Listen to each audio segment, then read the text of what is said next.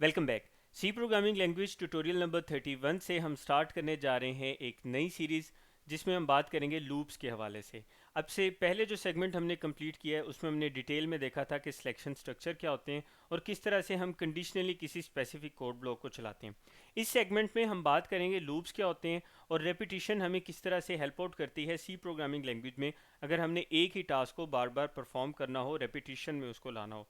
तो without wasting your time हम move करते हैं नेक्स्ट स्नेरियो की तरफ। तो लूप बेसिकली क्या है?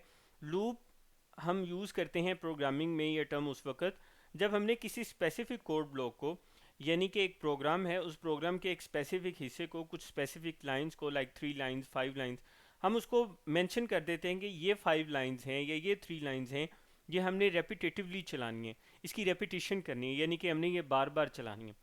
अब ये कब तक चलेंगी ये डिपेंड करता है दो सिनेरियोज पे। हमारे पास दो पॉसिबिलिटीज़ होती हैं।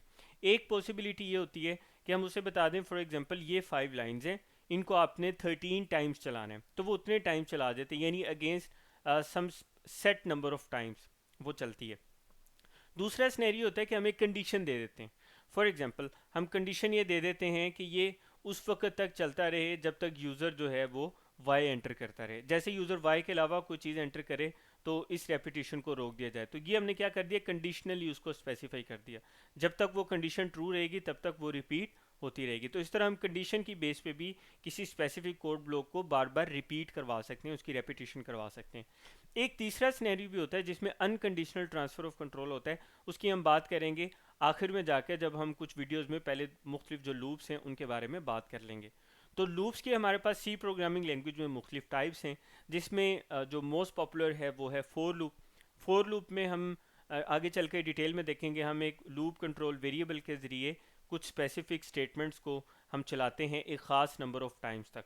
हम इसमें कंडीशनली भी हम इसको यूज़ कर सकते हैं। तो इंक्रीमेंट और डिक्रीमेंट के लिए फॉर एग्जांपल हम कह देते हैं कि 5 से लेकर 15 टाइम तक, जब तक ये लूप कंट्रोल वेरिएबल की वैल्यू जाएगी तब तक ये चलता रहे। इस तरह से हम उसको स्पेसिफाई कर देते हैं। फिर दूसरी जो इसकी मोस्ट इंपॉर्टेंट टाइप है वो है वाइल लूप।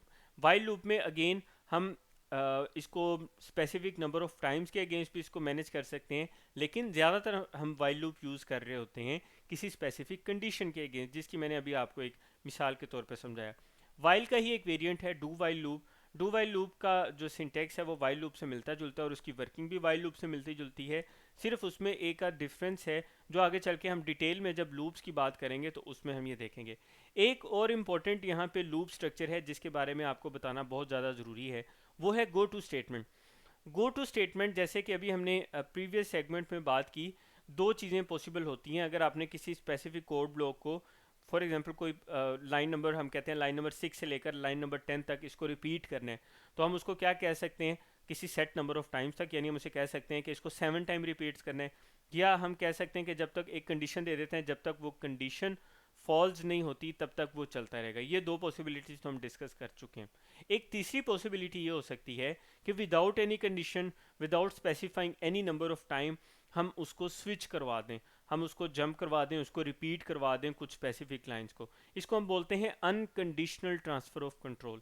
तो ये जो अनकंडीशनल ट्रांसफ़र ऑफ कंट्रोल है, इसके लिए हमारे पास एक अलग से एक स्टेटमेंट मौजूद है सी प्रोग्रामिंग लैंग्वेज में, जिसे हम गो टू स्टेटमेंट बोलते हैं। तो गो टू स्टेटमेंट के बारे में भी हम बात करेंगे।